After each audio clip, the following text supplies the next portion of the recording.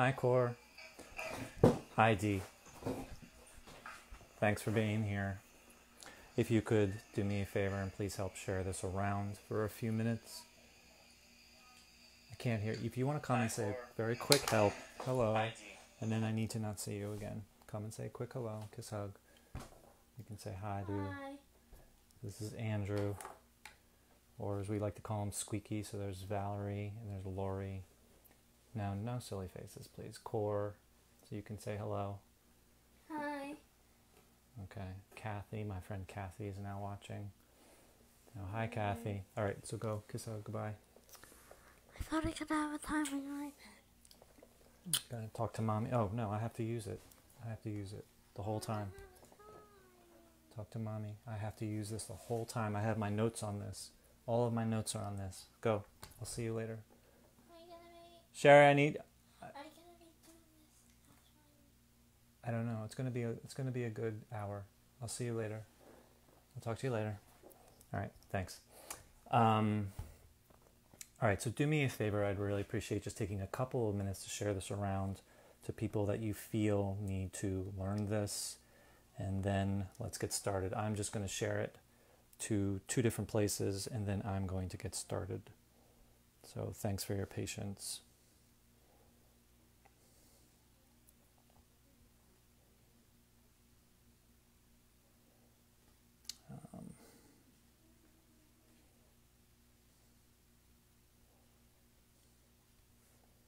Thank you, Dina, for sharing.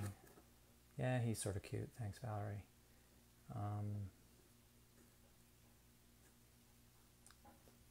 Okay.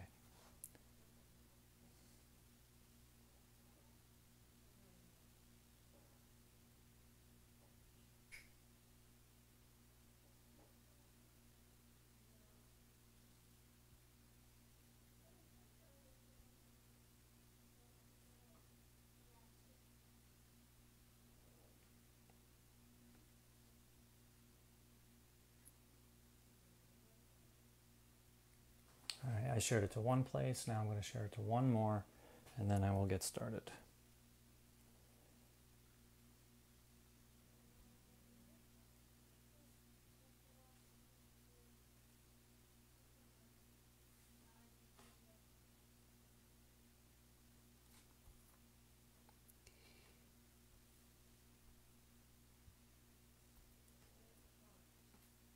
All right, thank you. I'm sharing it to one more place, and then as soon as that's done, I will get started. Thank you for being patient. Thank you for, I know I'm late tonight. Just one more share, and then I'm done.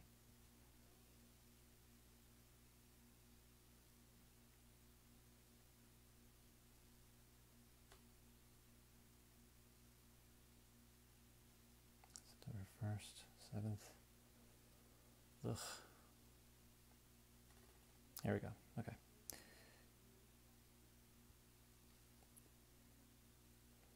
Save. Okay.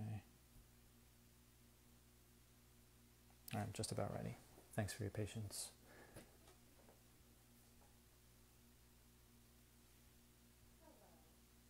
Okay. All right, I'm ready. Okay. Thank you for your patience. I'm running a little bit late tonight. I'm going to do my best to get this into an hour. I'm going to try and skip over parts, and I have generally run a good hour and 40 minutes. I mean, with questions, of course, stopping for comments. I am going to try and chop it dramatically to try and squeeze this into an hour, and then at the very end, I will look through as many comments as you have. But it is, I believe I've gotten to the point where it's pretty smooth and accurate, but it is clearly too long. So I'm going to get started and see what I can do. This is maybe, hopefully this will work out. So let's just do this. Thank you, Jennifer, for sharing. All right, so my name is Jeff Epstein. I am basically, I run through this lesson every week or so, every couple weeks, and I'm trying to improve it as you watch it. Every week I get some feedback and I try and change it up and improve it. I've reached the point where I feel like it's smooth and accurate, and now I would like to try and get it a little bit shorter. So let's just get started. What time is it? 2020, 8:20. Okay, so we're going to talk about modern monetary theory. I like to call it modern money. Modern money, MMT, modern monetary theory. So first I'm just going to give an elevator pitch, and then we'll get right into I'm first going to give an elevator pitch, and then we'll get into the details. So what is modern money? Modern money, modern monetary theory, MMT. Modern money is the study of how our economy actually functions. Modern money shows why the powerful always get what they want and why the people only get crumbs, nothing at all, or even less than that. Modern money shows exactly how we can actually get the programs that we need to survive. It also shows that our government can easily give us these things tomorrow and could have given them to us decades ago. The powerful have always known modern money for war and tax breaks and whatever else they want. They just do it. But when it comes to healthcare and education and forgiving student debt and a job guarantee, suddenly they forget about modern money. Suddenly it's, how are you going to pay for it? How are you going to pay for it? How are you going to pay for it? And this is my little snappy little comment or saying that I like to use to sort of summarize this whole thing, and that is MMT for the rich, rugged neoliberalism for the poor. MMT for the rich, rugged neoliberalism is MMT for the rich, rugged neoliberalism for the poor. Okay, so I want to be clear that I am not an expert, I'm not an economist. I am learning right along with you. However, one thing I am good at, can someone ban Armando because he is saying some inappropriate things? I am not an expert, I am not an economist. My one job, the one thing that I am good at, is to take people who do not understand how our economy works and to disavow them of that knowledge, and then to start the conversation to introduce them to modern money. And as soon as their eyes are open to modern money, it is time to go and learn from the experts, from the economists. I'm not an expert. So that is my one job. So I want you to think about one question, especially those who do not understand modern money yet, and most of us don't. The vast majority of Americans, and even the vast majority of progressives, do not understand modern money. So the question I want to put out there, and just to have you think about, and then we're going to come back to this, is why do they collect federal taxes, and what are they used for? Why do we pay federal taxes? We're not talking about state, we're not talking about municipal, we're talking about federal. Why do they collect federal taxes, and what are they used for?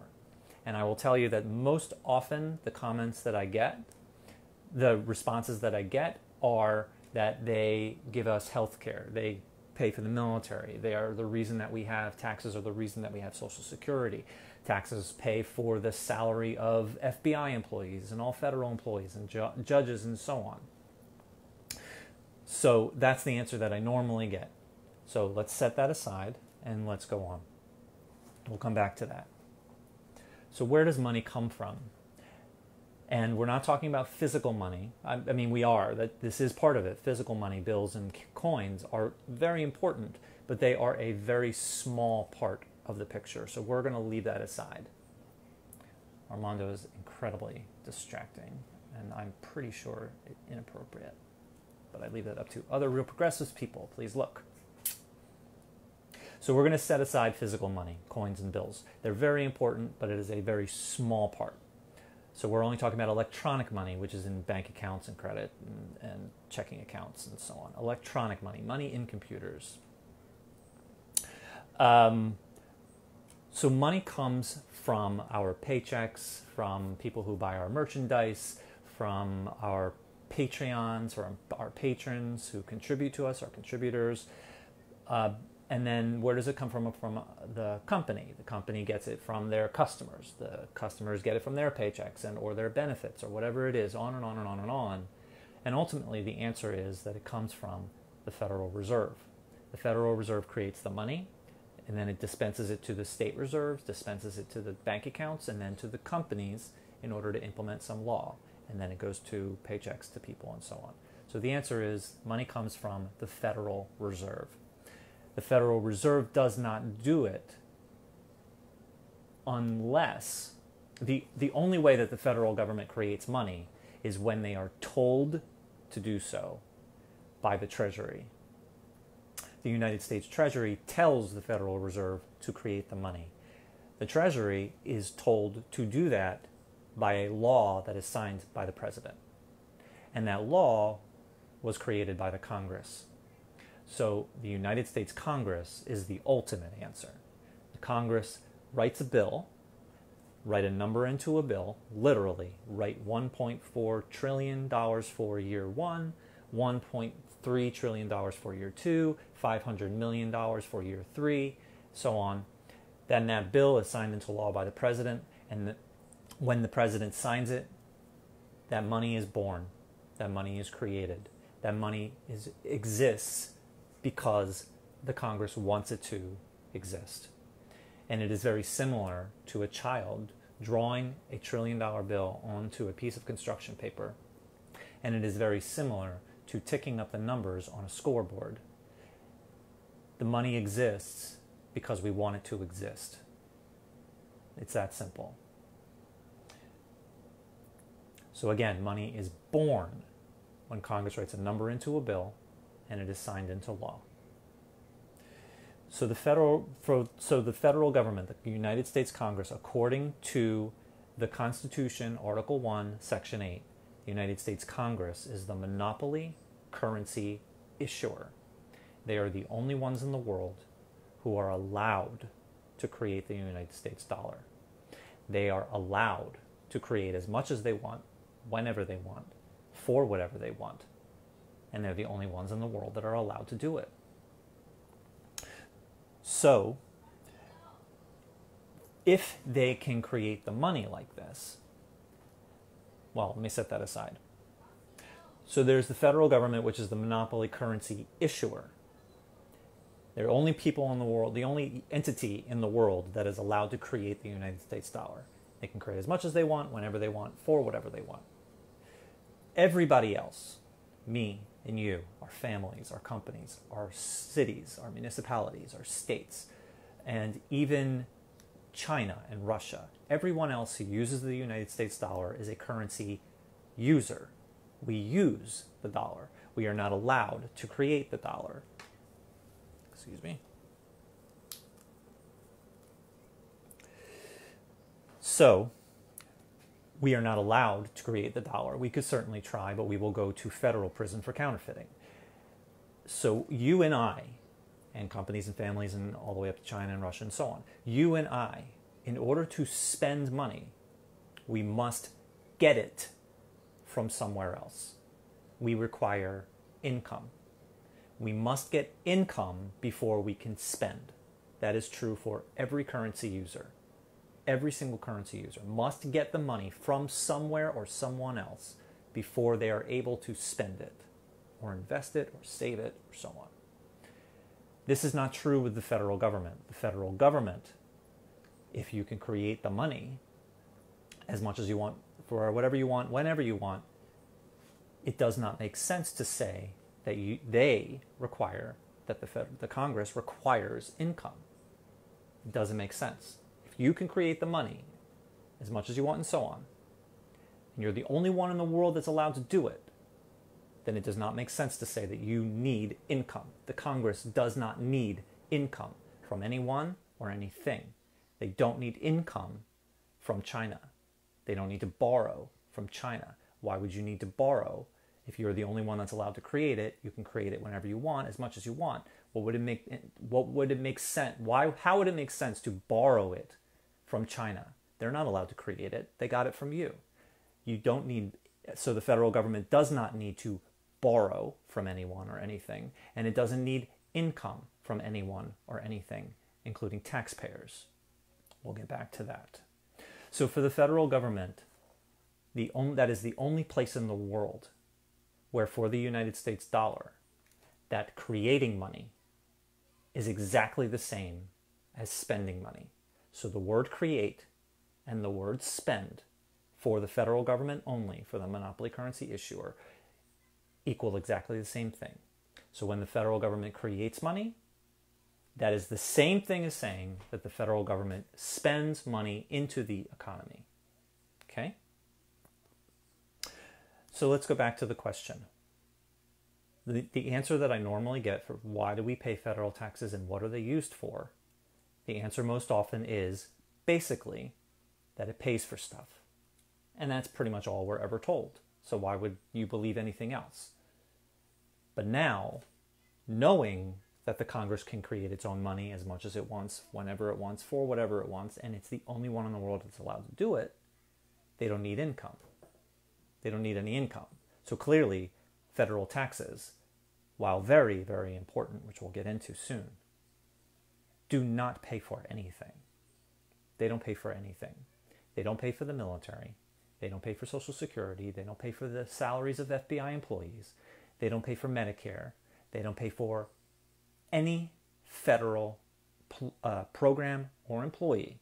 They don't pay for anything. We're not talking about state and municipal. That's different. They do pay for things because they are currency users. But federal taxes do not pay for anything. And this is a great saying I learned from Ellis Winningham. Federal taxes do not fund federal spending. Federal spending funds federal taxes. Say that again. Federal taxes do not fund federal spending. Federal spending funds federal taxes. And another way of saying this is the people don't fund the government. The government funds the people. So think about it. At the beginning of the country, the United States was just created, but before they created the first dollar, the government cannot go to the people and say, you owe me $100 in taxes. They could certainly try, but what's the point? Because the people have never been given a dollar that they can pay their taxes with. So that's why federal spending funds federal taxes. You can't pay your taxes until you get money from the government with which to do it. Okay. So the big lie is that the federal government, the economy of the federal government, money for the federal government, and a budget for the federal government is exactly the same. Same for the federal government, exactly the same as it is for me and you and all other currency users. That's the big lie. To say that the economy, money, and a budget for the federal government is exactly the same for me and you. To say that they are different is an understatement. We're going to get into that. Every other lie that we are told is based on that lie. And the first one that we just discussed is that the federal government, the United States Congress, does not require income. But we are told over and over again that they do. And same with federal taxes. We are told that federal taxes pay for things, which is just logically a logical extension from the federal government requires income. That's not true. And therefore, federal taxes don't pay for things must also be true. Okay, next part. Switching gears. The Pony for All Act of 2018. So, the Horse for All Act of 2018, with progressive friends and confidential, whatever. I would say the Pony for All Act of 2018, the Hillary Bernie thing. Oh, you want to give everybody a pony, but how are you going to pay for it? But I'm going to make it, more friendly to less progressive people. So I'll say the Horse for All Act of 2018. You and I are lawmakers. We're congressmen, Congress people. And it is your job, it's our job to write a bill so that every person in the United States, every man, woman, and child, if they want one, can have a free horse. And it's ridiculous to do it. But for a few minutes, I want to take it seriously because it teaches us something really valuable about how our economy works. So, 320 million people in the country, and let's say every one of them wants a horse. Roughly how many horses do we have in the country right now? And I would say around 500,000. So clearly, right now, demand far outstrips supply.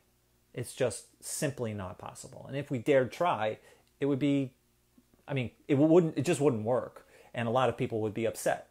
People expecting that it should, you said that I could, and now I can't. And the congressman who promised it would be in trouble. And the people who are under this pressure to produce this impossibility would be in trouble. But otherwise, it just wouldn't work. It just simply wouldn't work because the demand far outstrips the supply, 320 million versus 500,000. So we need to write a law that describes step by step how will this be possible. Because I'm telling you that no matter how much it would be a silly thing to do, I'm telling you that it is genuinely possible to do. So prerequisites are money is no object. Money is infinite. Government is not corrupt. Let's just pretend. The president committed to signing this bill, and we have the best people in the country to manage everything, logistics and everything. So everything goes perfectly as long as we write our law, okay. So this demand versus supply must be changed. And we must match these up. Demand must match supply. So we must do one of two things. We must either increase supply or decrease demand or some combination of the two. We clearly don't want to reduce the population of the country to 500,000 through mass murder or whatever. That's silly. So the only other option is to increase supply. We can't touch demand in this case. We must increase supply. So we must cause 500,000 ponies to become 320 million ponies. So how do we do that? Well, mommy and daddy ponies are going to have to do their things over and over and over and over again. Maybe we could import some from around the world. Maybe we can create mechanical horses. But clearly, the main solution by far is going to be we have to reproduce horses over and over again. So therefore, how do we do that? Well, we have to consider the gestation period of a horse. Let's say it's the same as humans. I don't know. Let's say it's 9 months. We have to consider that after a horse is born, how soon afterwards can a mommy pony do her thing again. So let's say 2 months. So 11 months, a mommy pony can do it over and over again, every 11 months. So given these biological facts, let's just set aside importing and robotics and whatever. Let's just set that aside. Given this biological facts of their gestation period and how long afterwards they can do it again, how long will it take for 500,000 ponies to reproduce into 320 million? And I will say, let's just say 20 years. That feels reasonable to me. I honestly don't know. But let's say 20 years. So we now have the population of horses exploding because we needed to, because we have to match 320 million, the demand. But now that the population of horses is exploding, this has massive consequences. Massive consequences. We can feed and take care of 500,000 horses without any problems. We do it, no problem. But with the population exploding like this, growing up to soon to be 320 million, now this puts a lot more pressure on a lot more kinds of things. For example, now we need to come up with a lot more food. We need to supply a lot more water. There needs to be a lot more farms, horseshoes, tending of the grass and the area on which they run around, whatever. Now there's so many, we need to start distributing them around the country, because we also need to distribute them because we need to give them to everyone. So that means now we're talking about shipping and trucking and building farms elsewhere and all of these things I just said, horseshoes and grass and feed and water and fencing and shelters, everything now must be all around the country. Distributing the horses themselves must be moved all around the country. So these things now have consequences. So now we need more horseshoes now requires more blacksmiths. We have more horses, that requires more veterinarians and breeders and so on. So now we need to educate people to be blacksmiths and veterinarians and breeders and caretakers and whatever else there is. It has consequences. So now, let's say, now we're on our way to having 320 million horses. They're going to be totally taken care of. We have everyone we need. It's getting close to 20 years later, and now the people are ready to pick up their horses. Those who want to are ready to pick up their horses. We have the best people ready and waiting to do it, so it's not going to be chaos. Okay?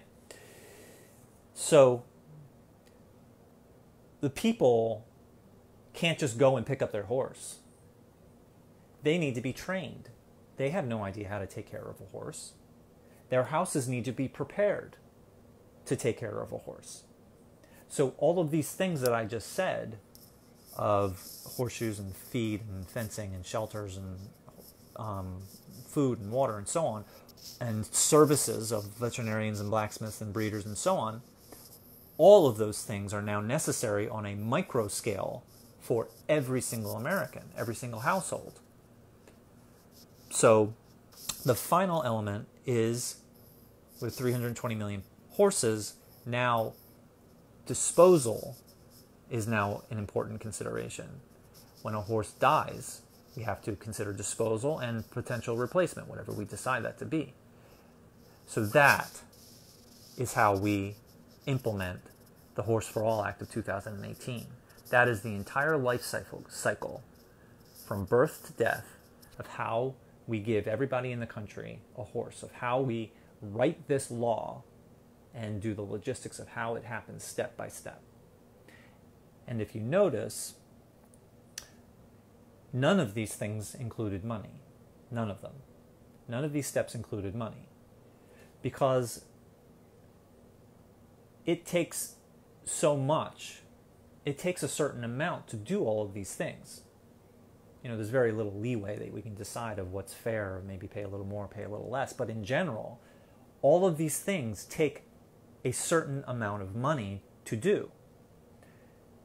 So let's say we're foolish, as lawmakers writing this law. Let's say that we're totally foolish and we say, screw 20 years.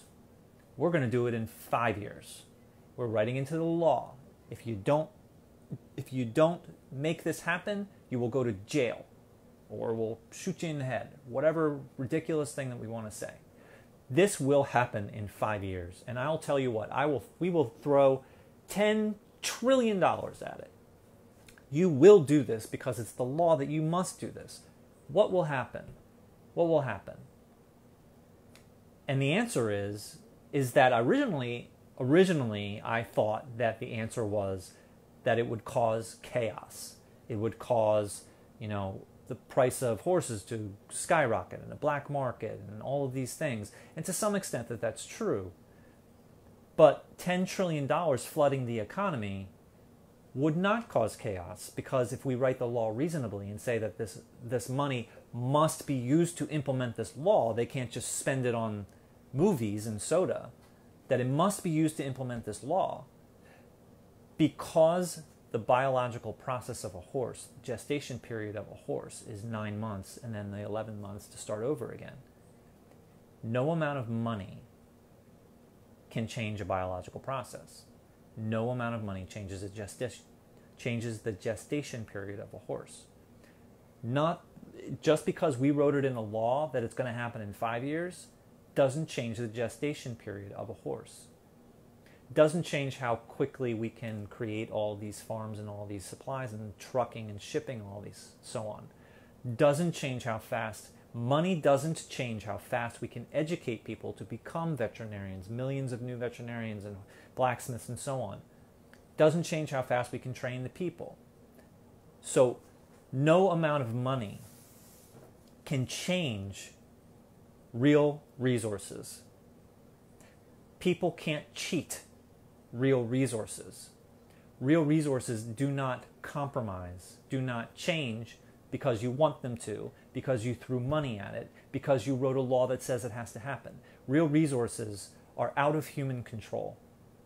So humans have rules. Humans create rules for themselves. And there's economic rules, there's the debt ceiling and all these silly rules that we have.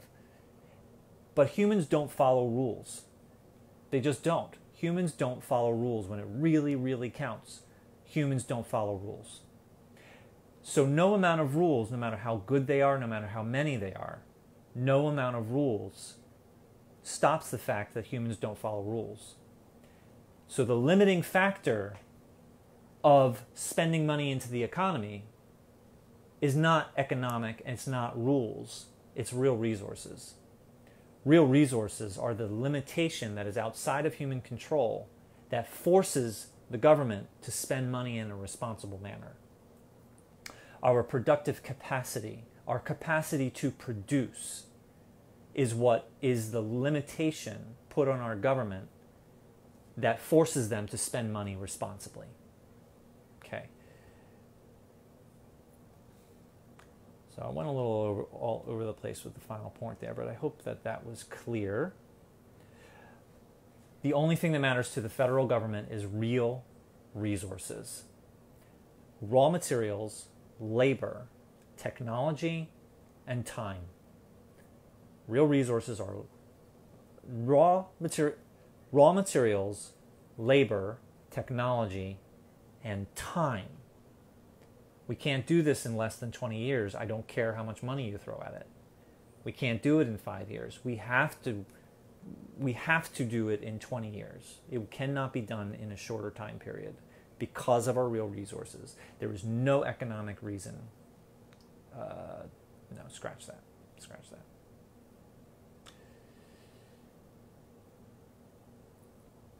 Okay, next section. How are we doing on time here? 27 minutes. Next section. So why do we pay federal taxes? Why do we pay federal taxes? Why do they collect federal taxes? What's the purpose of them? Because they are critical to the functioning of a society. Critical. They don't pay for anything, but they are critical. So, the purpose of federal taxes is to drive the currency and drive the economy. Drive the currency and drive the economy. And there is no reason why you should understand this because we've never been taught this. So I'm going to explain. Drive the currency, drive the economy. It's actually rather simple. So the United States government tells the people that you will pay taxes in April. Whatever that amount is, should be a fair amount. And you must pay them in United States dollars. Because if you don't, you will have things confiscated, you will have enormous penalties, and ultimately you will go to jail. So you will hear people say people use the dollar because of their faith in the United States government. But what it really is that people use the dollar because they have faith that the United States government will do very bad things to them if they don't pay their taxes. That is why we use the United States dollar to pay taxes. That is why we have to get a job in order to get the United States dollar, so we can pay taxes. So federal taxes and the penalty of jail and other things, penalties and confiscation. That is why people use the United States dollar. And that is what it means to drive the currency, federal taxes, drive the currency and drive the economy. A use of taxes. So that's the purpose. Now we're on to a use of taxes. I'm just going to talk about two. A use of taxes is to control demand. Control demand. So we talked about before 320 million people, 500,000 horses, way too much demand. So how do you control that? You reduce demand or increase supply or some combination of the two so that this matches. Because either one of these situations is a bad thing. So I'm going to use an example. Oh, I should say we are a fiat currency. The United States is a fiat currency. And what does that mean? It means that we have a federal government that is the monopoly currency issuer. They're only ones that are allowed to create the dollar, and they can create as much as they want, whenever they want, for whatever they want.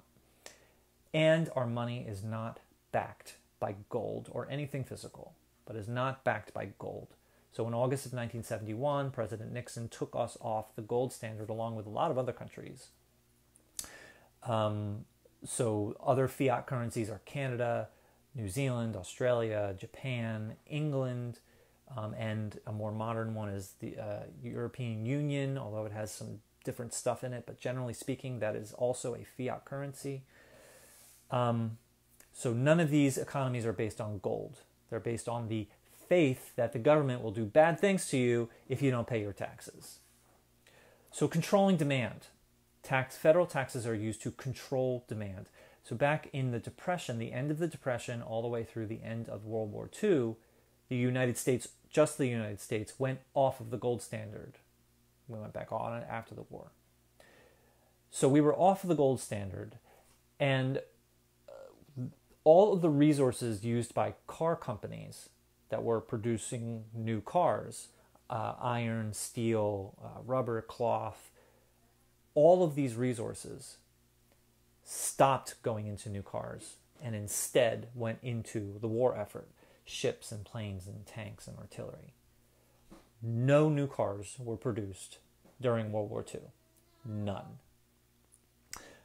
So we had, generally speaking, basically speaking, we had the people still wanted new cars, about the same amount they wanted new cars. They generally had the same amount of money in their pockets with which to do it. But now we have 0 new cars to give them. So again, we have this big problem. A lot of demand for new cars and no supply with which to let them, no supply for that demand. So again, we have to reduce demand or increase supply or some combination of the two. Now in this situation, there is increasing supply is simply not an option because we genuinely needed to use all of those real resources for the war effort. We cannot increase supply. So therefore, we must decrease demand. All of that money that would normally go for purchasing new cars must be diverted to something else. So we have a bunch of options to do this with. We could compel the people. We could just tax tons of their money so they can't spend it. We could pass a law. We could just threaten them. There's a whole bunch of things that we can do, compelling them, the stick side. And the carrot side, we could entice them to stop purchasing cars, give them something more appealing than new cars. And what the United States did was it offered the American public war bonds. So instead of buying a new car, purchase a war bond from the United States government. I am the federal government, the Congress. Purchase a war bond so you can support the troops and support the war effort, which very strongly implied fund the troops and fund the war effort. But now we know that the federal government doesn't need any funding from outside because it can create the currency. But that's how they marketed it. Support the troops, support the war effort. Give us your money however much you want, and we'll give you a bond. And let's say that the bond was 10 years and 5% interest. So let's say that we wanted to purchase a bond for $1,000. And so this is appealing to people's patriotism.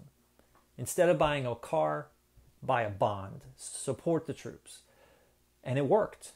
It worked. So $1,000 bond, I give $1,000 to the government. They give me a fancy piece of paper. It says 10 years, my name. So 1955, my name, 5% interest, $1,000. Okay? And I give them my money, and they've also written it down, some line in a ledger or a spreadsheet. My name, $1,000, 10 years, 5%. But this is what is critical to understand, and it's mind-bending. Not because it's difficult, this is mind-bending not because it is difficult to understand. It is mind-bending because it is dramatic. It is the complete opposite world of what we are told. So when I buy a bond for $1,000, I give a check to the bank or whatever, however it worked. Let's say my bank, and what that authorized the federal government to do through my bank is to go into my bank account and lower my bank balance by $1,000. And in exchange, they give me that fancy piece of paper and write it into their ledger or spreadsheet. But that $1,000 that went down in my bank account, they don't do anything on their side. They don't raise anything by $1,000 on their side. They do nothing on their side. All they do is remove it from my bank account and they write it down. It's not money. It's just a line in a spreadsheet or a line in a ledger. They just write it down to note it. And this is very similar to taxes. So when I pay $1,000 in federal taxes, I write in my tax return $1,000, my name, I mail in my tax return, and they put that tax return into a filing cabinet or a folder on a computer, and it's written down. My name, $1,000, 2018. But what that tax return does is it authorizes the federal government through my bank to reach into my bank account and lower my bank balance by $1,000. They do nothing on their side. They don't raise anything by $1,000 on their side. So in one side of this equation is the federal government, the Congress writes a number into a bill, that bill is signed into law by the president, and money is born. That's one side of it. And the other side of it is that when money is taxed, when you pay your taxes, that is when money dies. Okay? And this is very similar to bonds. I have something to learn with bonds, I was told. I have not gotten there yet. But this is very similar to bonds. Actually, I'm just going to stick with taxes. So taxes are very similar to bonds in the way that it removes money from the economy and reduces demand. Taxes are, where a bond is, say, 10 years, and then that money comes back to life, plus interest. And I know I still have something to learn there. Aaron and who else told me? I forget. I think Mark. Sorry, lost track of a moment. So taxes and bonds are very similar. Bonds are 10 years. Taxes are infinite years. That money is removed from the economy for infinite years. It never comes back to you. Bonds comes back to you in 10 years plus interest.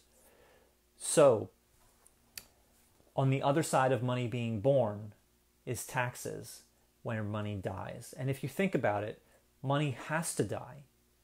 Because if it doesn't, then money is created and created and created and created, and then we soon have infinite money in the economy, and there's no way of regulating demand, there's no way of managing the economy, and our money becomes worthless because it's no longer considering our real resources. And the libertarian point of view is that taxes are theft. And if taxes are theft, then that means that the government will spend money into the economy so it will be born, and money will never die, and the money will gradually become infinite and therefore worthless. Okay, so that's controlling demand. The final purpose that I'm going to talk about, the final use that I'm going to talk about, is federal taxes are used to impose moral decisions. So these examples that I'm going to give are more appropriate for municipal and state level. But the general principle is perfectly valid for the federal level. So the specifics are for state and local, but the concepts are just as valid. So, imposing moral decisions. Federal taxes are used to impose moral decisions. So we can raise taxes in order to discourage behavior. Or we could lower taxes in order to encourage behavior. And simply lower taxes means lower the cost, make it cheaper so that people can do it, or raise taxes so it's more expensive for people to do. So for example, alcohol, cigarettes, gambling, drugs. It's okay, we're okay as a society for people to use alcohol and to use cigarettes and gambling and drugs. Well, we should be for drugs. We're okay if you drink alcohol. That's fine. But we don't want you to do it to an addictive level. So therefore, we're going to raise taxes on alcohol so that, not dramatically so, but enough that it should become too expensive in order to get addicted, to get to an addictive level.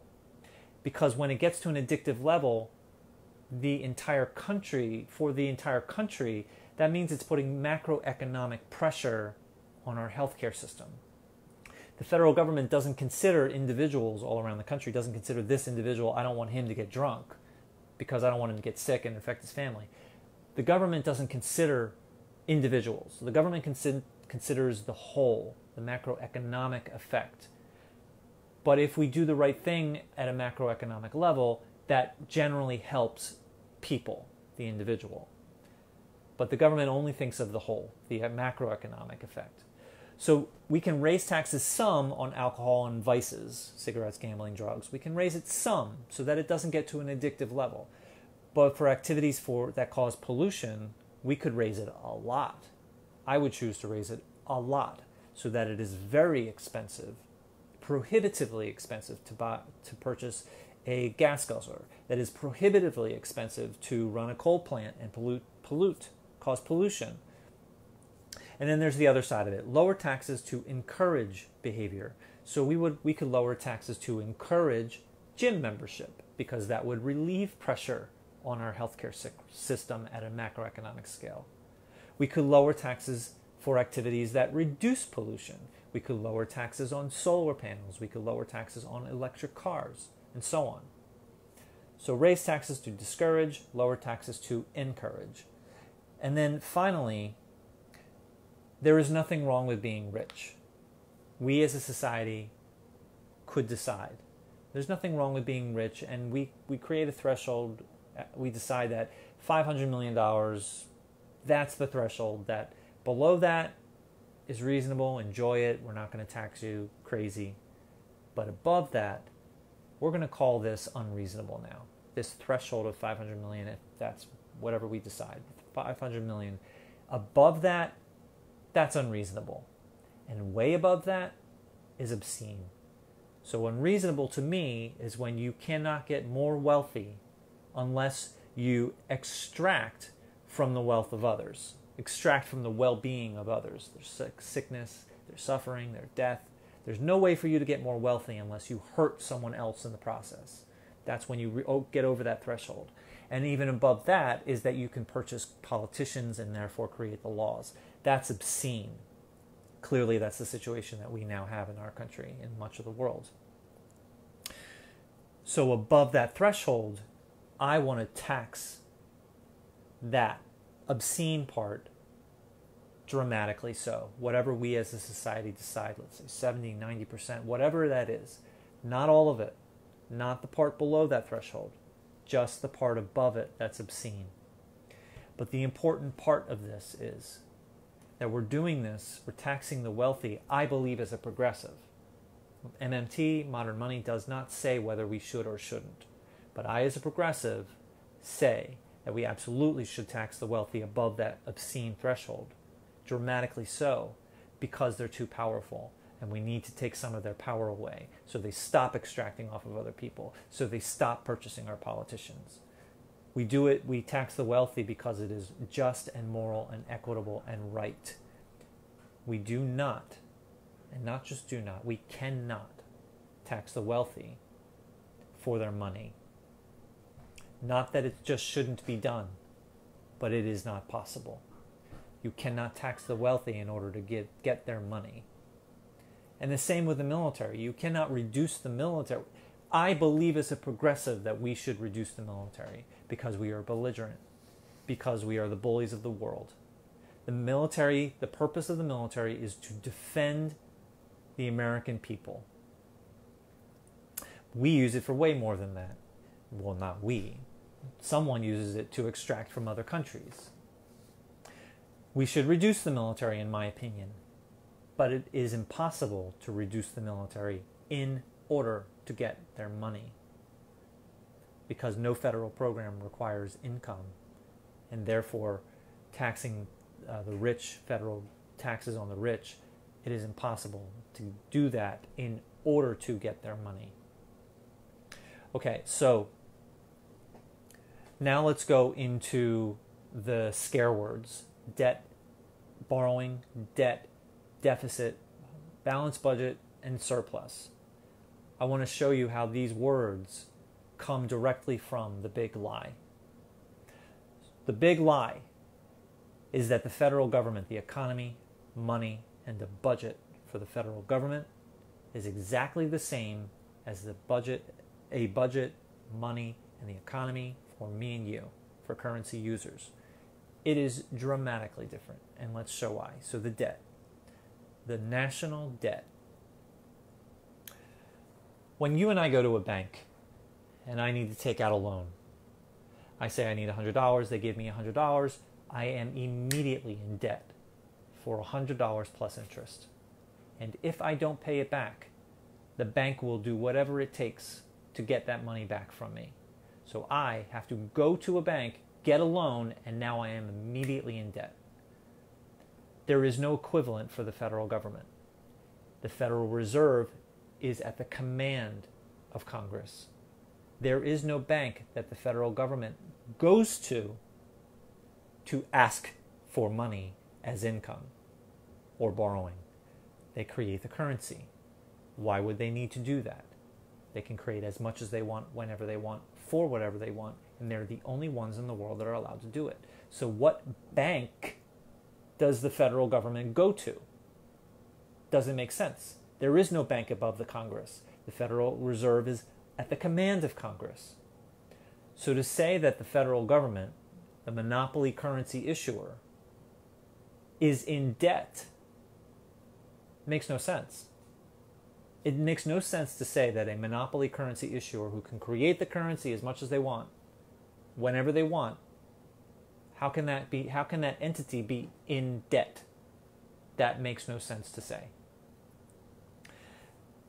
So, borrowing. The United States must borrow $1 trillion from China this year, and it's record. It's a record. Now it's so irresponsible of Trump because we have to borrow $1 trillion from China. If you can create the currency, you are the monopoly currency issuer. It makes no sense for you to say that you borrow. There is a very technical definition of borrowing, but it means nothing like what borrowing means to me and you. What borrowing to the federal government means is that when I buy a bond, I spend $1,000 or buy a treasury bill or whatever. I spend $1,000 to buy a treasury bill. They destroy that currency. They give me a treasury bond, and now the federal government has borrowed $1,000. They don't do anything with it. They can't do anything with it. They don't have it. But that is what borrowing is to the federal government. They gave you a bond in exchange for your money. They destroyed that money, and they do nothing with it. But that to the federal government is borrowing. That has nothing to do with what borrowing is to me and you. The debt, so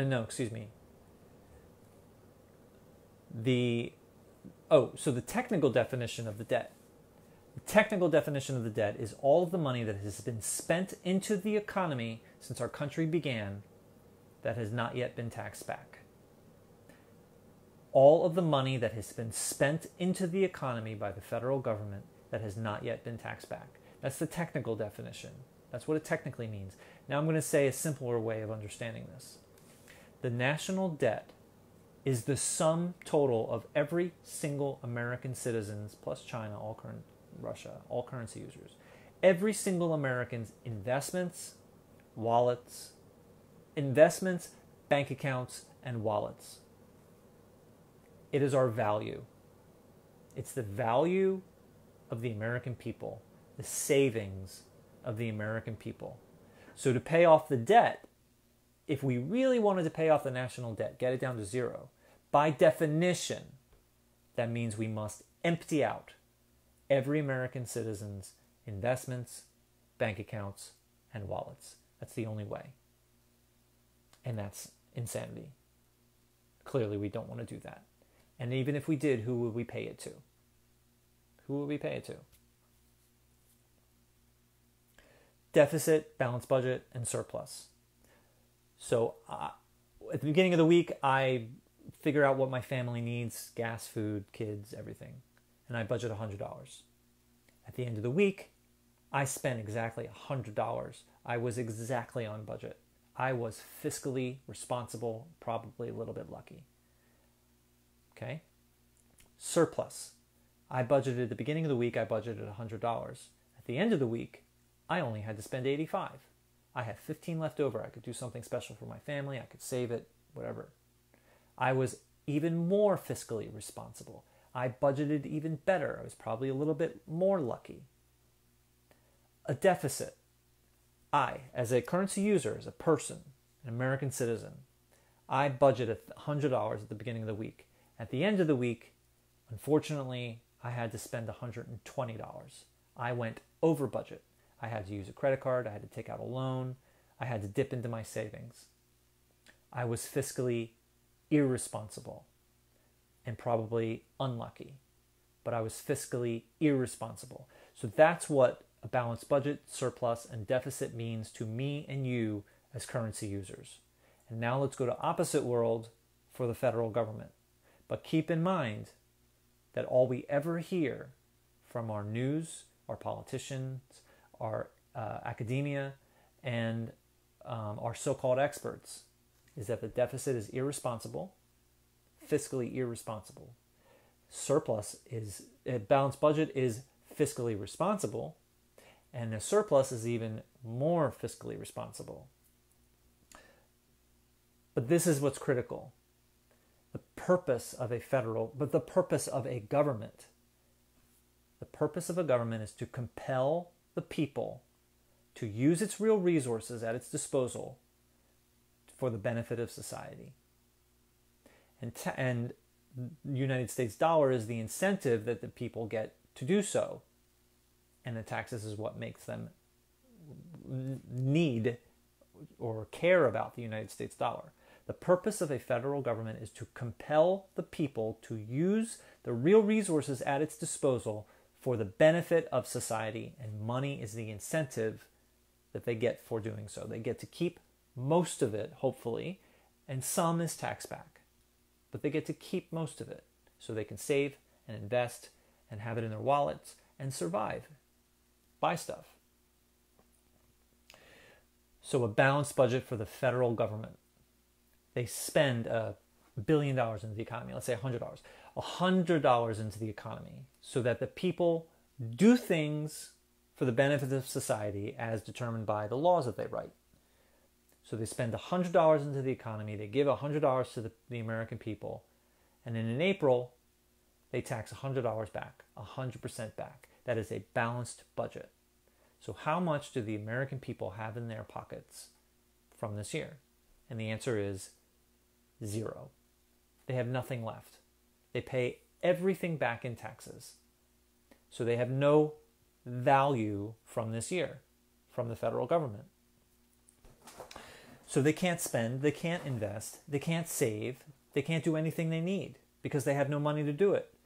The only thing that they can do in order to survive is to take out credit, dip into their savings, take out a loan, dip into their savings, or use a credit card, or beg.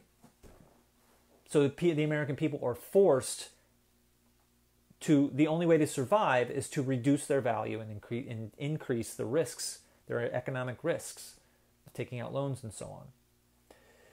But that's called fiscally responsible. A balanced budget is called fiscally responsible. And now Nancy Pelosi with her pay-go idea. It's the same thing. Balanced budget and pay-go are the same kinds of things. Balanced budget could be codified into law. Pay-go is just a self-imposed rule. Okay, so surplus. The federal government spends $100 into the economy so that the people do things that are necessary for the benefit of society. And at the end of the year, in April, they tax back 120. What do the people have in their pockets? They have nothing in their pockets.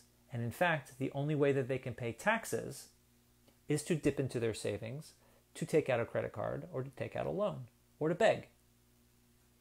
So they have to reduce their value just to pay taxes, and then they have to survive. And this is, just to be clear, this is a very simplified, method of how this works, but it is reasonably accurate. It is reasonably accurate. A surplus takes value away from the American people. A balanced budget also takes value away from the American people because the only way they can survive is to dip into their savings, take out a loan, or beg, or use their credit cards. But a surplus is even called by the media and politicians even more fiscally responsible. So finally, a deficit. The federal government spends $100 into the economy so the American people do what's needed for the benefit of society, and they tax back $30. What do the American people have in their pockets? $70. They have $70 with which they could invest, they could save, they can have in their wallets, and they can purchase stuff so they can survive. This is what's called fiscally irresponsible. A deficit, a federal deficit, is called by our media and all these politicians, important people, the federal deficit is called fiscally irresponsible. Yet it is the only thing that gives the American people value. There are some small situations where a deficit probably shouldn't be used when there's some extreme situations. But overall, a federal deficit is critical to the functioning of society because it gives people value. And the debt is simply the accumulation of all of our deficits every year. If the people have no value, then they have no incentive to do things for the government. And if there are no federal taxes, then going back to what I was saying before, if there are no federal taxes, then society simply breaks down. And the same thing with deficits. If there are no deficits, then eventually society completely breaks down because the people have no value and they are forced into credit and loans and begging and reducing their own values, dipping into their savings. Yet the media calls these completely opposite. It is fiscally irresponsible to give the American people value. Blow a hole in the deficit is no different than saying, I can't believe we're considering giving the people more value.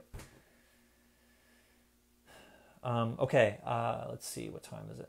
All right, we're pretty much at an hour, so I'm going to go straight to the conclusions here. Money is a unit of measurement. It is not a thing. Money itself has no value. Money, a dollar, a pound, yen, Australian dollar, so on, all of these things measure debts and obligations and things, products, services.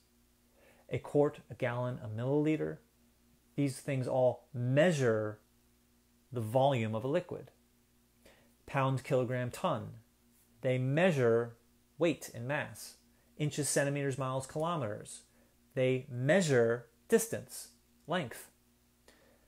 When you measure the length between Philadelphia and Chicago, you do not run out of inches. You would normally use something like miles, but you could certainly measure it in inches, and it does not make sense. It does not make sense to say, I can't measure Chicago to Philadelphia in inches because I'm going to run out of inches. Doesn't make sense to say. And the same thing with the United States dollar. You cannot run out of dollars because it is simply a unit of measurement. As a reminder, the federal government only cares about real resources, their productive capacity, their capacity to produce. Only currency users care about the money. So, Racism. Racism is a tool to tear the people apart. Xenophobia is a tool to tear the people apart. That's all it is. So instead of being angry at the CEO or the boss that chooses to hire an immigrant instead of an American, which screws both of them, we should be angry at the immigrant because they stole the job. Xenophobia is a tool to tear the people apart. Classism is a tool to tear the people apart. You have less money than me. You are not as good as me.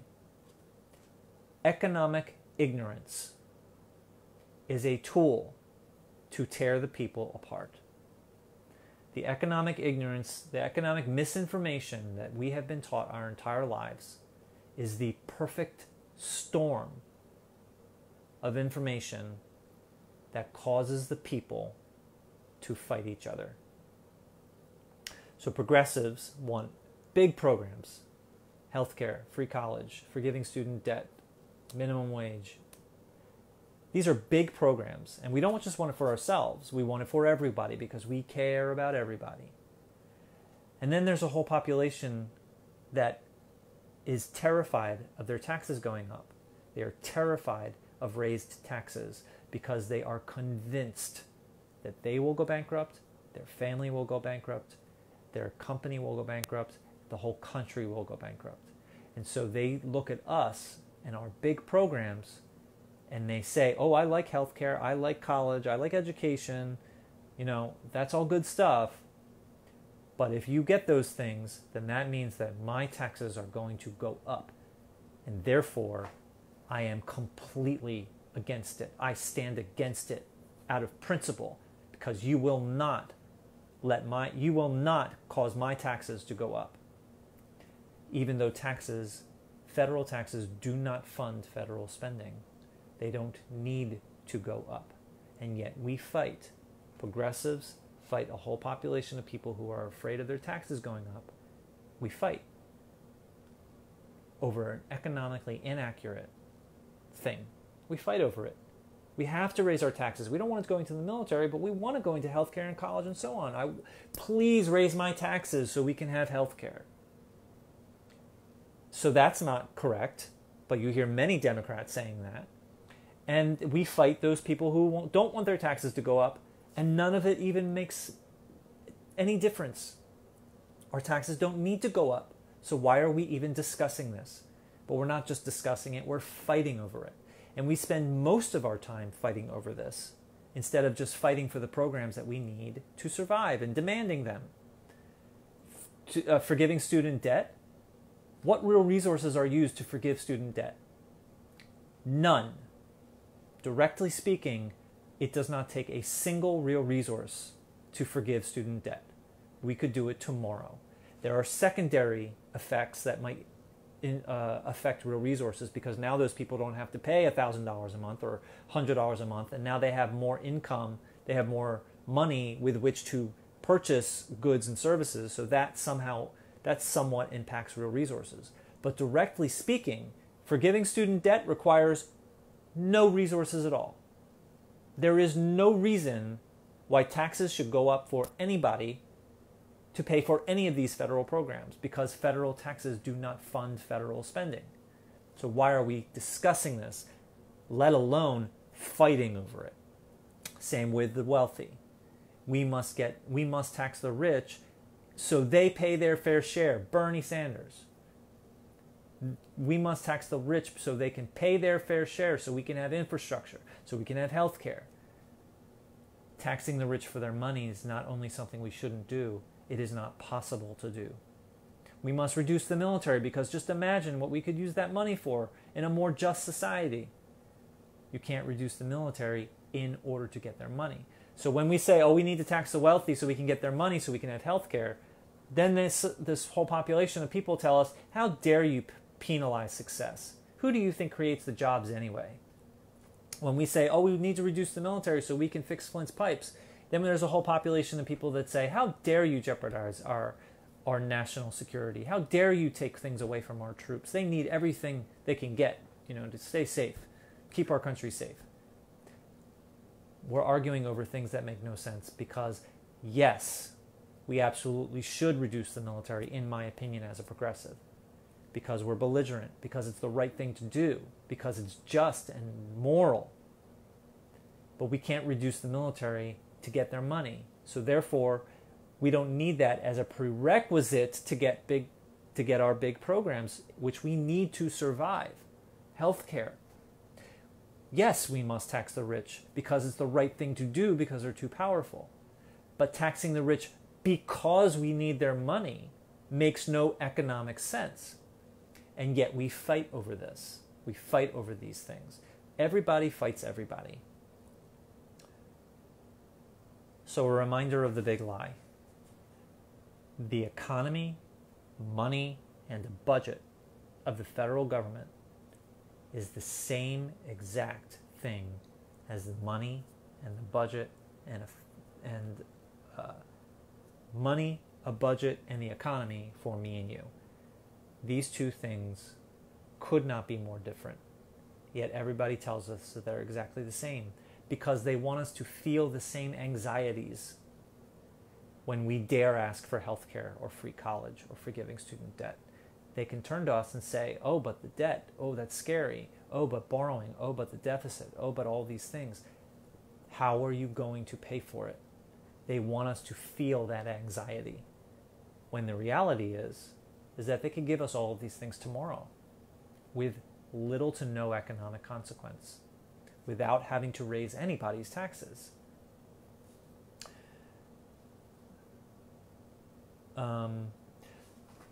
So the reason we don't have these things, Medicare for all, we are chained to our jobs because of Medicare for all. It's not that they don't want to give us health care. They want to profit off of our suffering and sickness and death. But that's not it. They don't just want to profit off of us. They do. They definitely do. But that's not it. Even more than that, they want to chain us to our jobs so that we can't stand up to our bosses and say, you must treat me better, you must give me better benefits, or I'm going to leave and get a job somewhere else. And they tell us, they turn to us, our boss turns to us and say, fine, go do it. I have 1,000 people standing in line that want your job. Leave your job, go for it, because then your family will have no health care at all. So we're chained to our jobs, and we can't stand up to our bosses. But that's not even it. Because if we left our jobs and we could afford to leave our jobs, if we didn't have to worry about health care, if we weren't chained to our jobs and we could leave our jobs and run for office and take over our government. And that is what they're trying to stop, in my opinion. They are not giving us single-payer health care because they need to keep us powerless. They want to keep us powerless. Caitlin Johnstone taught me that power is relative. And the only way to stay powerful is to actively keep everybody else powerless. And preventing people from having health care keeps people powerless. Because the second we got health care, second we got single-payer health care, an enormous amount of power shifts instantaneously from them to us. We get power, which means that they get less power, and they can't have that. Even way more so even with a federal job guarantee, because now we can stand up to our bosses. I can leave my job because there's jobs waiting for me in my own town with a living wage and good benefits. So I can stand up to my boss with a federal job guarantee. If we got a federal job guarantee, instantaneously, an enormous amount of power would shift from them to us instantaneously. That's what they can't have. So finally, when the progressive movement, Bernie Sanders, TYT, most progressives can say with such clarity why the country is terrible. We don't have health because we don't have health care, because they won't forgive our student debt, because we don't have free college, and so on. It's terrible, and this is why it's terrible. And then on the other side, they can say, if we had health care, this is why it would be better. If we had free college, this is why it would be better. If we had all these things, this is why it would be better. Excuse me. Bernie Sanders and TYT, most progressives, they can help us, they have showed us how to envision the world that we deserve, the world that could be. So I learned this from Bernie Sanders, and then I was like, okay, that's great. So why don't we have these things? Why don't we have them? And that's the question I kept asking. Why don't we have them? Why don't we have these things? Bernie keeps saying we should have these things, so why don't we have these things? Why? And that's how I discovered modern monetary theory, modern money. People do not understand how the economy actually functions, and therefore they ask for things in a state of economic ignorance. And then the politicians turn to us and they say, I'd love to give you these things. There's nothing more than I would love than to give you health care and free college and all these things. There is nothing more than I would love to give you health care, single payer health care. I know it would alleviate your suffering. I know how much you want it. I know how much it means to you. But how are you going to pay for it? Because of the debt. And we have to be fiscally responsible. And we don't want to blow a hole in the deficit. We don't have the money. How are you going to pay for it? And we, because we don't understand how the economy actually functions, are suckered, and we go back to the drawing table and actually try and figure it out. Well, we can get it from the rich. Well, we could reduce the military. Well, we could, raise our taxes. And we spend all this time on things that make no economic sense because they trick us, because that's all we've ever learned. So after you learn modern money,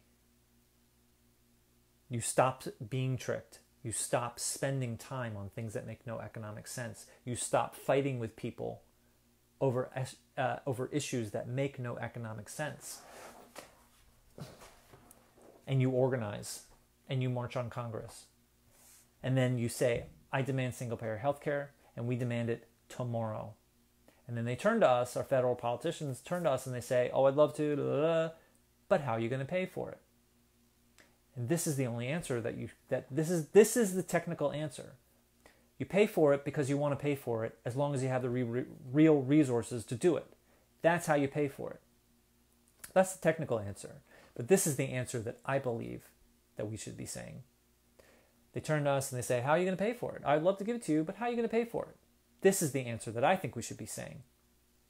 We will pay for it by getting you out of office and replacing you with someone who will never ask us that question again.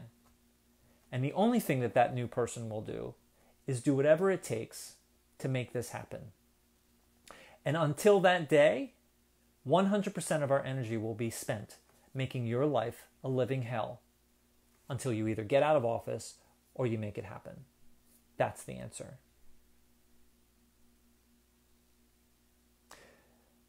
So the last thing, we don't need to fight the powerful in order to get the programs that we need to survive. We don't need to fight the powerful. We just need to stop fighting each other. We don't need to take power or money. We don't need to take power from the powerful in order to get what we need. We just need to empower each other. And for me, that means we need to teach each other the reality of how our economy works. And if we do that, then we stop falling for these tricks. And we can join as a team and start organizing and just getting demanding what we deserve, and replacing our government, replacing the corrupt politicians with politicians who choose to use the knowledge of modern money for the people instead of big donors. We must get our corrupt politicians out of office. And in order to do that, I believe, is we must teach people the reality of how our economy works. We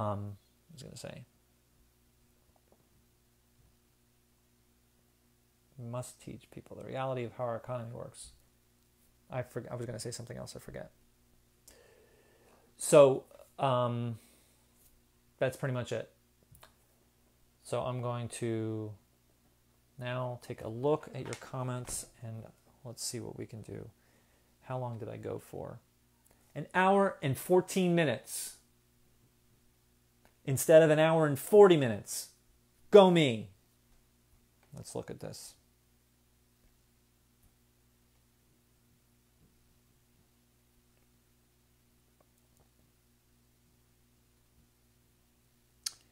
Just a moment. Here we go.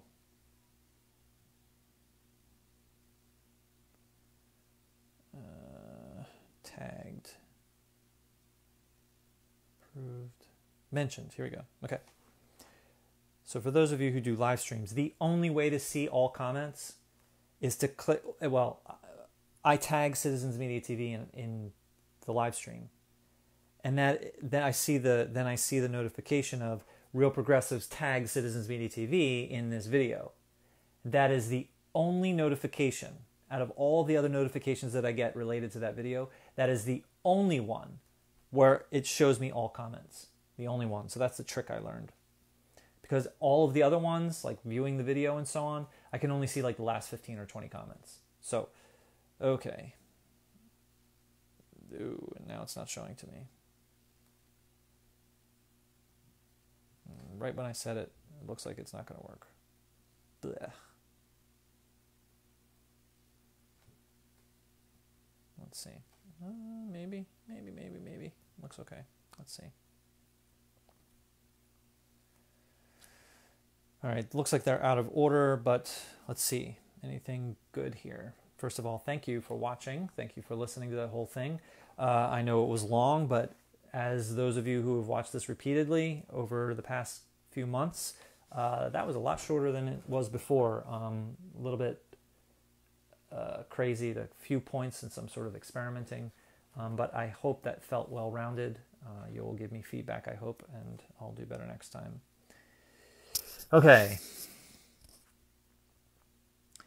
Yeah, so Mark, Fabian, and Aaron told me that I need to learn something about bonds. I have not looked into that yet, so I'm sticking with what I said before, that when you purchase a bond, the money dies.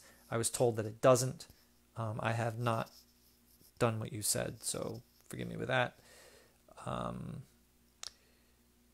let's see. Yes, Russell Gallman. The MMT Core does not speak to endless printing of money. They speak to balancing the economy and not the budget. Yes. So, endless printing of money. It's like, yeah, the United States government has the ability to pump money out at an infinite, approaching an infinite clip. They could. There's nothing stopping them from doing that. I mean, theoretically, there's nothing stopping them from doing that. What really stops them from doing it is out of their control, out of human control, and that's real resources. But it's like saying we have the ability to commit infinite murders, to commit infinite crimes. We have the ability to do that.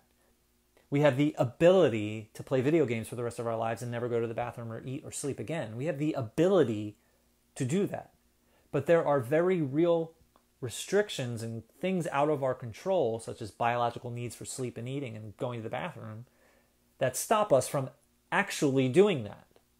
And it's exactly the same with the federal government. They have the ability to create money at an infinite clip if they want to, approaching, But there are very real consequences or restrictions with real resources in our productive capacity that stops them from actually doing that. So as soon as someone hears we can print money infinitely, that's not exactly the right way of saying it, but we could print as much money as we create. We could create as much money as we want. Immediately someone turns to us and says, see, you want to cause hyperinflation.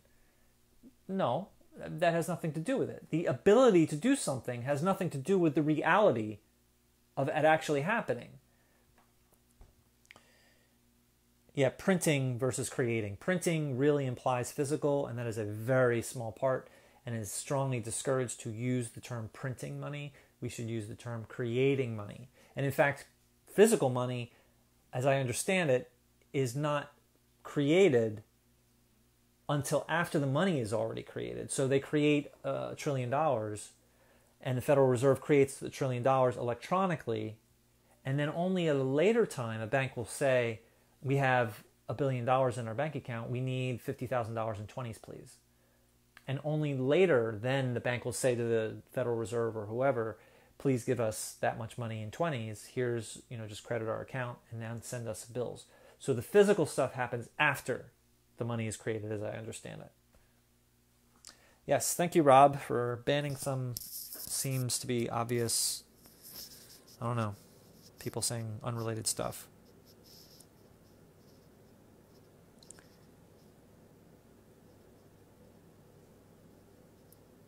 Yeah, Nancy Pelosi, the PAYGO.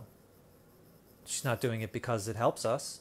She's doing it because they're hiding behind the big lie and pretending that they actually want to give us these things, but can't because of things outside of their control, when the reality is they simply don't want to give it to us because they're paid not to give it to us.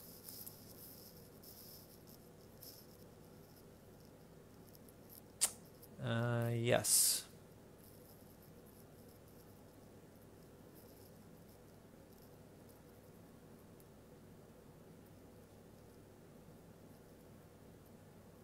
Let's see.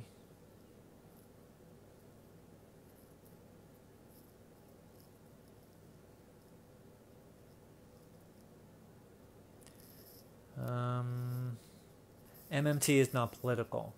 MMT is knowledge. MMT doesn't say whether we should tax the rich or not tax the rich or how much we should tax the rich. MMT doesn't say any of that. MMT is knowledge. What it does say is that if we tax the rich, then it will have this macroeconomic effect related to income inequality and power of the people, empowering the people. It's knowledge. You can choose to use the knowledge of modern money to help the people, hurt the people, or do nothing at all. Same with medicine. You can choose to use the knowledge of medicine to cure people, to do Nazi experiments on people, or to do nothing, to not practice at all. It's not medicine's fault if people do Nazi experiments.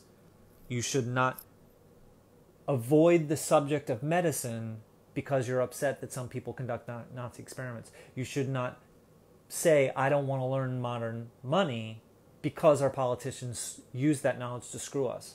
And that's what a lot of people say. I don't believe in modern money, modern monetary theory, because of how our government currently is. But it's not MMT's fault that our government takes that knowledge and uses it for evil instead of for good.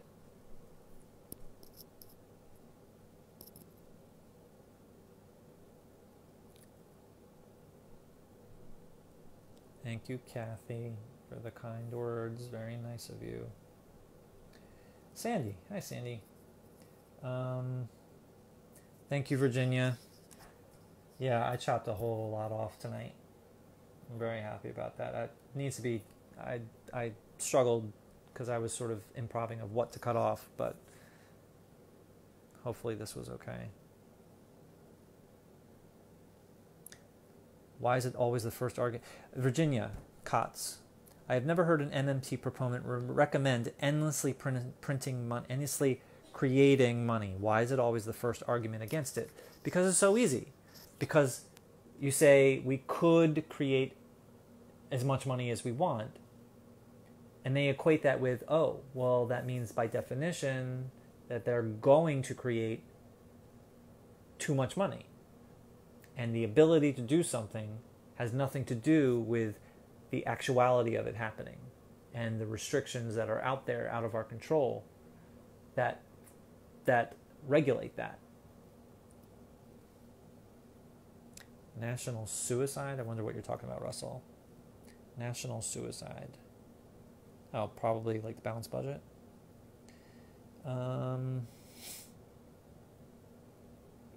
Balanced budget equals PAYGO equals zero-sum game, Russell. Yeah, balanced budget is really just basically turning our country into a slave economy. Because you give what's the purpose of spending $100 into the economy given the purpose of a government? What's the purpose of spending $100 into the economy if you just take it all back? Why give it out to begin with? What's the purpose? What's the point? What's the point of that? There is none. And it's effectively telling the people, do what I tell you to do, and you're not going to have any incentive to do it. So it's basically putting a gun to your head.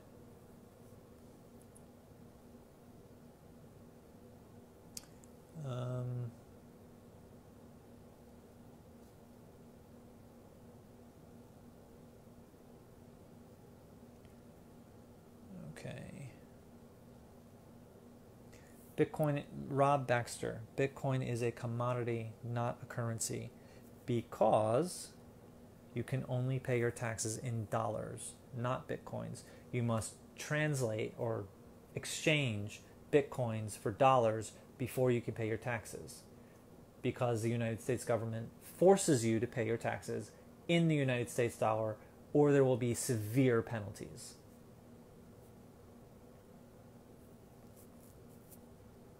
The gold standard was Core Emanuel.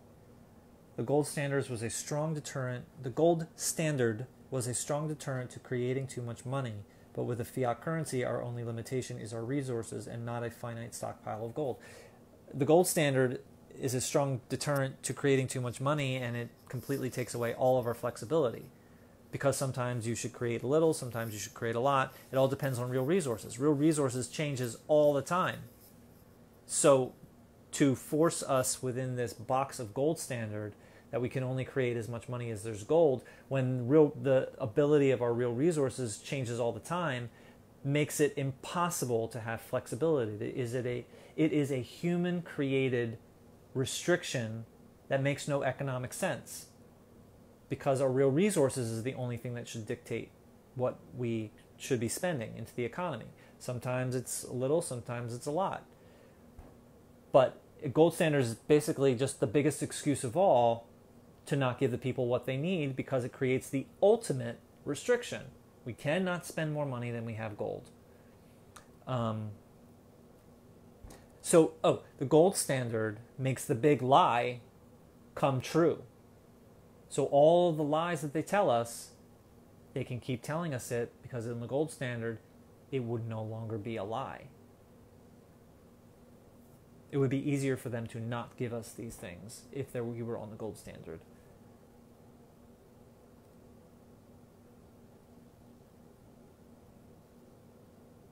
Jonathan Vander Ploeg. Keep in mind that governments can't just print limitless money without consequences. I hope that you listen to this and you understand now that I totally agree with you. Totally agree with you. Real resources dictate how much money you can or cannot create. I hope you did not leave the conversation before foreseeing that. There are Andrea Dons. There are towns today using fiat currency, and it is working well. That's interesting, because if we stopped collecting taxes, or if all the people collectively said, I don't want to pay federal taxes anymore, then gradually the United States dollar would stop being used, because there are some local governments having fiat money that works well, like the Massachusetts dollar or whatever, pretending, just making up something. So a state might create its own currency just for like state-based services. And people might be so happy with that state-based currency, and if there were no more federal taxes, then now the Massachusetts dollar might start becoming popular. And now there might be conflict within the country of which currency to be using. And now the federal government starts losing control over its people, because now it can no longer compel the people when we start using different local currencies. Now the federal government eventually starts losing control over the people to get them to do what needs to be done for the benefit of society. Getting them to be part of the army, to be judges, postmen, whatever federal programs there are. Taxes are the lifeblood, the oxygen of society. They don't pay for things, but they are critical. Just like we require oxygen in order to pay our bills. If we don't have oxygen, we can't pay our bills. That's like saying if we don't have federal taxes, we can't fund federal programs. If we don't have oxygen, we're dead. So really, who cares about paying bills? Same with federal taxes. If we don't have federal taxes, the fabric of society breaks down. So yeah, we can't fund our federal programs, but we have bigger problems.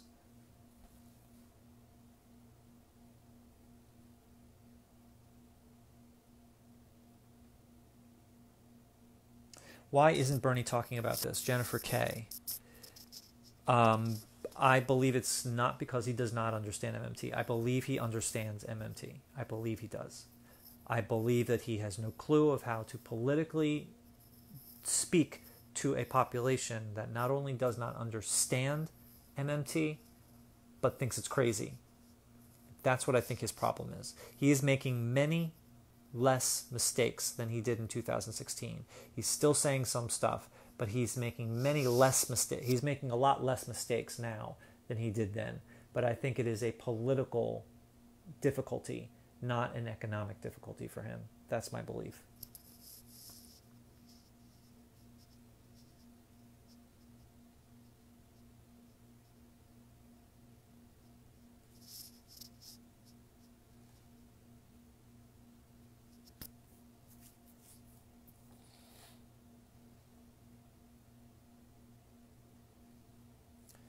All right, it looks like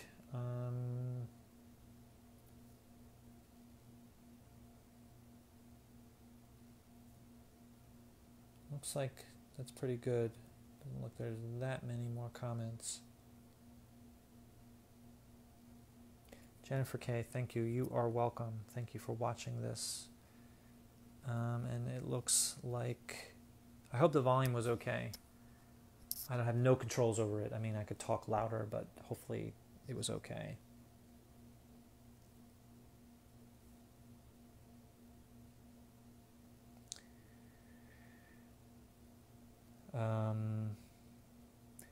Okay, Andrea Dons. Thank you, Jeff. Great presentation that filled in some holes of my understanding of MMT. I'm glad to hear you say that. Long ago, I watched The Secret of Oz and have been ridiculed over and over. While I cannot support every thought in this documentary, that you linked later, it gave me a grasp of Bitcoin before I ever heard of Bitcoin. In the beginning, it was called tally sticks. It talks about how Jesus turning over tables to protest taxes. I would like for real progressives to view this link and expand on it. Okay, interesting. I will consider taking a look at that video.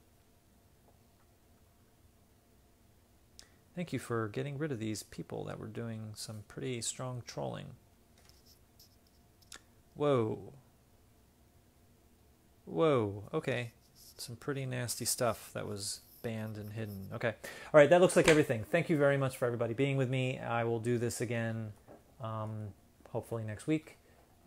And it looks like I'm on my way to making this into a pretty close to hour-long thing. So thank you, everybody. Thanks for sticking around. Thanks for your great comments. Thanks for banning the people who need to be banned. And have a nice weekend. Have a good rest of the weekend.